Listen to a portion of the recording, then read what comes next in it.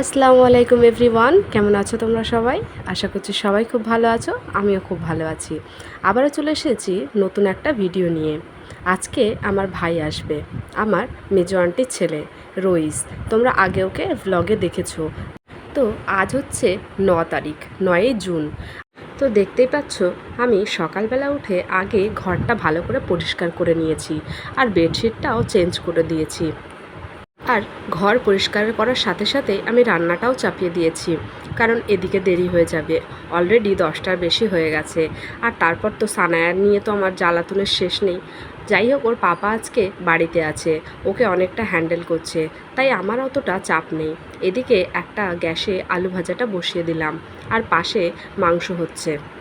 যাদের বাড়িতে ছোট বাচ্চা আছে তারা নিশ্চয়ই আমার সাথে রিলেট করতে পারবে যে কতটা প্রবলেম হয় যখন কোনো আত্মীয় স্বজন আসে, তখন তাদেরকে হ্যান্ডেল করাটা কতটা চাপ হয়ে যায়।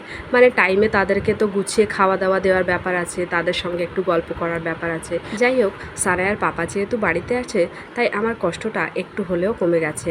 আর এদিকে দেখো, আমার চিংড়ি মাছের মালাইকারিটা রেডি হয়ে গেছে, আর এদিকে ডাল, সমস্ত খাবার দাবার আস্তে আস্তে আমি রেডি করে ফেলছি।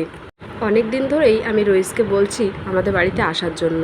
আমার বিয়ে হয়েছে তারপরে হয়তো একবার কি দুবার এসছে আমাদের বাড়িতে এই 5 বছরে। কেউ আসে না বললেই চলে, কারণ অনেকটা দূরে আমার বাড়ি। আসতে প্রায় 1.5-2 ঘন্টা টাইম লাগে, তাই নাকি ওদের ভালো লাগে না।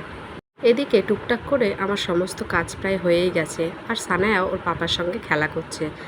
দেখো, গরম এদিকে সানায়া দেখো আলু ভাজা খাচ্ছে, গরম। ওর পাপা ওকে খাওয়াচ্ছে। আলু ভাজাটাকে ওর পাপা ওকে বলছে ফ্রেঞ্চ ফ্রাই, বলে ও ওটা আনন্দের সাথে খাচ্ছে। দেখো,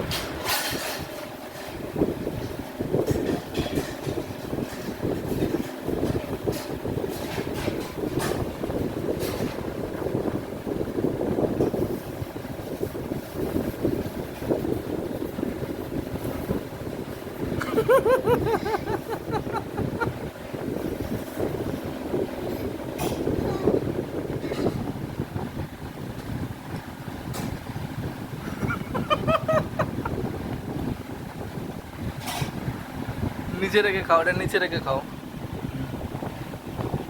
নাও খাও, খাও খাও। আচ্ছা, আবার ফেলে দেয়।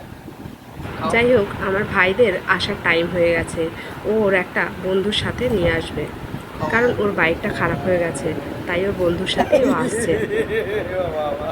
আর দেখতেই পাচ্ছ তো আমার সানায়া কত মজা করছে ওর পাপার সাথে বসে বসে। ওর পাপার সাথে ওর বন্ডিংটা অনেকটা ভালো, জানো তো, আমার থেকে বেশি বোধ হয়। যাই হোক, এই দেখো সবাই চলে এসেছে, আর ওদেরকে আমি খেতেও দিয়ে দিয়েছি। খাওয়া দাওয়া হয়ে যাওয়ার পর আমরা সবাই মিলে একটু বসে গল্প করলাম। আর তার কিছুক্ষণ পর ওরা বলল যে বাড়ি চলে যাবে, কারণ ওর বাড়িতে নাকি কি কাজ আছে।